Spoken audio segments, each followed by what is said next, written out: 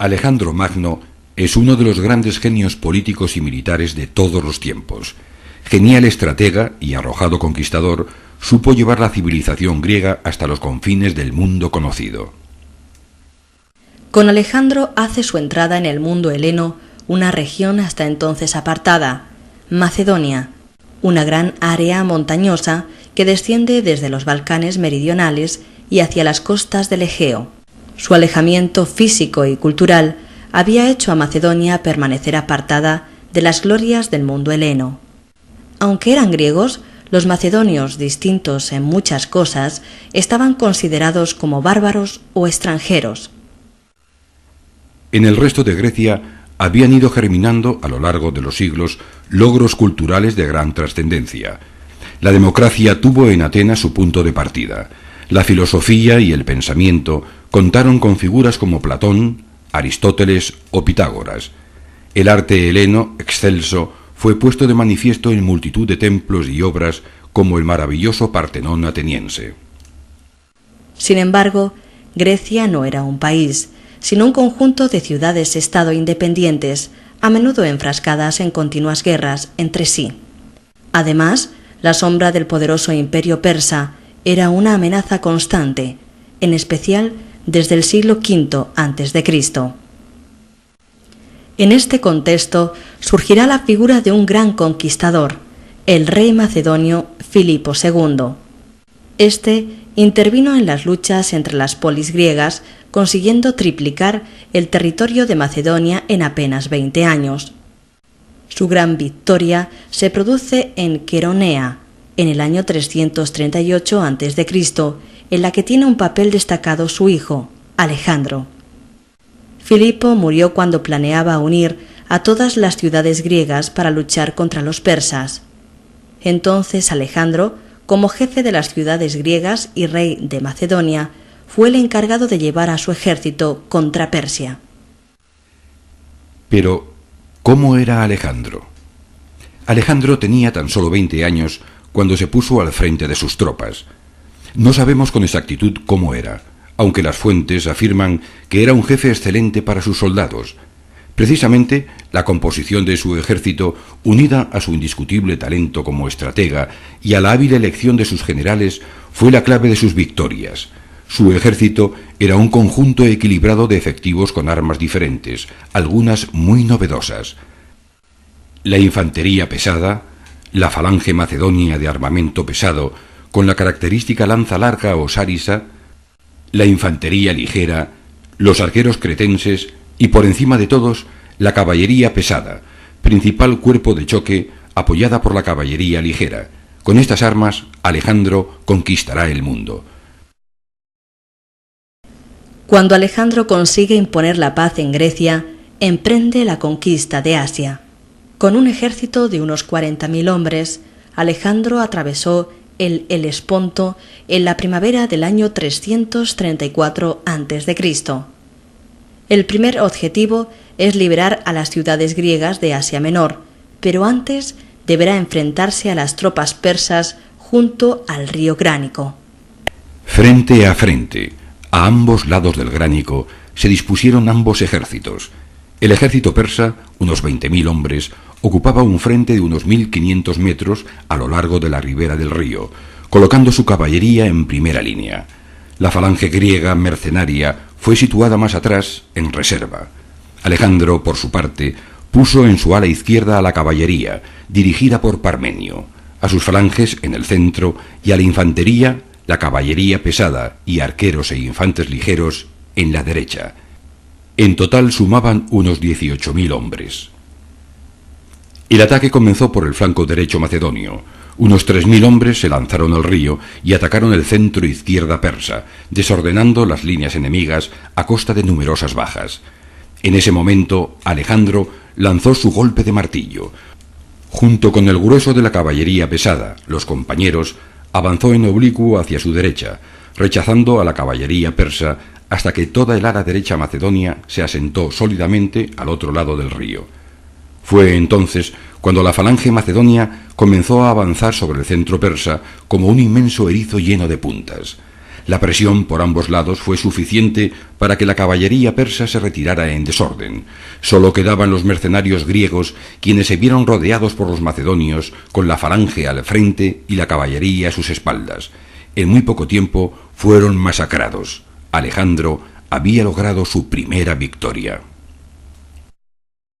La victoria en el Gránico permitió a Alejandro continuar su avance, conquistando ciudades como Mileto o Halicarnaso. Desde Gordion, donde cortará el famoso nudo, sus tropas se pondrán en marcha hacia la costa fenicia, como paso previo hacia el corazón del imperio persa. A través de Capadocia, dirigió su ejército hacia Siria, alcanzando en la región de Cilicia la ciudad de Tarso, donde se vio retenido por una enfermedad. En el otoño del año 333 a.C., Alejandro se encaminó hacia el norte de Siria, donde un formidable ejército persa, al mando de su rey Darío, le estaba esperando. El crucial choque se producirá en Isos. Darío asentó a su ejército de 100.000 hombres en la orilla norte del río Píramo. El centro persa estaba formado por la falange de mercenarios griegos, con la infantería pesada, los cardaces, en sus alas. A ambos lados se situaba la caballería pesada, con una reserva de infantería por detrás. Alejandro, con unos 40.000 efectivos, dispuso una primera línea de infantería ligera, con la caballería a ambos lados. Por detrás, una segunda línea de infantes precedía a los escuadrones de falanges y a la caballería. Esta vez serían los persas quienes tomaran la iniciativa. Estos realizaron un rápido trasvase de la caballería del flanco izquierdo al derecho para atacar el ala izquierda macedonia. Pero Alejandro se dio cuenta de la estratagema y realizó una contramaniobra, reforzando con la caballería tesaliana su flanco izquierdo. La lucha se torna encarnizada. Alejandro en persona ataca el ala izquierda persa y consigue ponerse frente a frente con Darío. El ala izquierda de la falange cruza el río, mientras que la infantería ligera se despliega para proteger su retaguardia y su flanco. Al poco, la caballería macedonia derrota a la enemiga, mientras que las líneas persas se quiebran sin remisión. El empuje macedonio en los tres frentes obliga a Darío a huir, lo que provoca la desbandada de las tropas persas. La caballería macedonia ataca a los fugitivos mientras la falange se recompone. Alejandro ha logrado su mayor victoria. Tras la importante victoria de Isos, Alejandro tendrá todo a favor para continuar su avance. Alejandro se encuentra en la cima de su poder. Palestina y Egipto se perfilan como los próximos objetivos, pues ya no encontrará apenas oposición. En su ya larga expedición, Alejandro hará caer a Tiro, Samaria y Gaza bajo sus pies. Pronto se dirige hacia Egipto. Tras fundar Alejandría, marcha al oasis de Siwa, donde es proclamado por los sacerdotes como hijo de Amón. Alejandro no se demoró mucho en Egipto, sino que retrocedió sobre sus pasos para llegar a las costas fenicias, desde donde partió hacia Mesopotamia en el verano del año 331 a.C.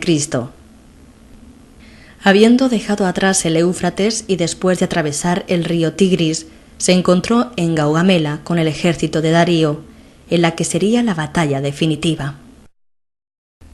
Esta vez Darío no quiere sorpresas, así que llega al escenario de la batalla con antelación. Como siempre, dispone a su caballería en los flancos con la infantería pesada en el centro y la retaguardia.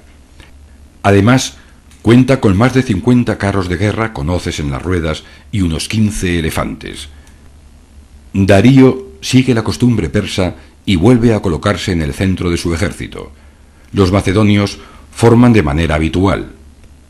Como es norma, Alejandro se coloca en el ala derecha, comandando la caballería, y cerca de la infantería ligera, dejando el grueso de la infantería pesada en la izquierda. Alejandro se lanza al ataque en diagonal, y el ala izquierda persa se defiende como puede.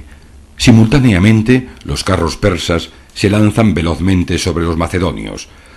Muchos de los conductores perecen por las flechas de los arqueros. El resto pasa de largo al abrirse la infantería macedonia. Esta estrategia se complementa con una segunda línea de infantería pesada que recibe a los carros, a la vez que la primera línea da media vuelta y los ataca por la retaguardia rodeándolos. Abriendo brecha entre las líneas persas, la caballería de Alejandro consigue introducirse en Cuña en busca de Darío. Como en Isos, el rey persa se encuentra atascado y sin posibilidad de maniobrar. También, como en Isos, no le queda más remedio que huir produciendo la desbandada de los suyos. La victoria macedonia en Gaugamela es definitiva. Alejandro se encuentra en la cumbre de su poder. Ahora tiene el camino expedito para avanzar hacia el corazón mismo de su enemigo, el debilitado imperio persa. Tras Gaugamela, Babilonia fue fácilmente sometida. En Persia sucumbieron una tras otra las ciudades de Susa, Persépolis, donde Alejandro incendió el palacio real, y Pasargada. En la primavera del año 330 a.C., Alejandro reemprendió la marcha en pos de Darío hacia Media. Al llegar a Ecbatana, Darío se había escabullido de nuevo, refugiándose en Bactriana. Los territorios más septentrionales del imperio persa eran ocupados en el año 328 a.C., y desde allí Alejandro descendió hasta la India, alcanzando el Indo. Pero tras 8 años alejadas de Grecia, las tropas presentan sus primeras muestras de cansancio, por lo que se impone el regreso desde Patala.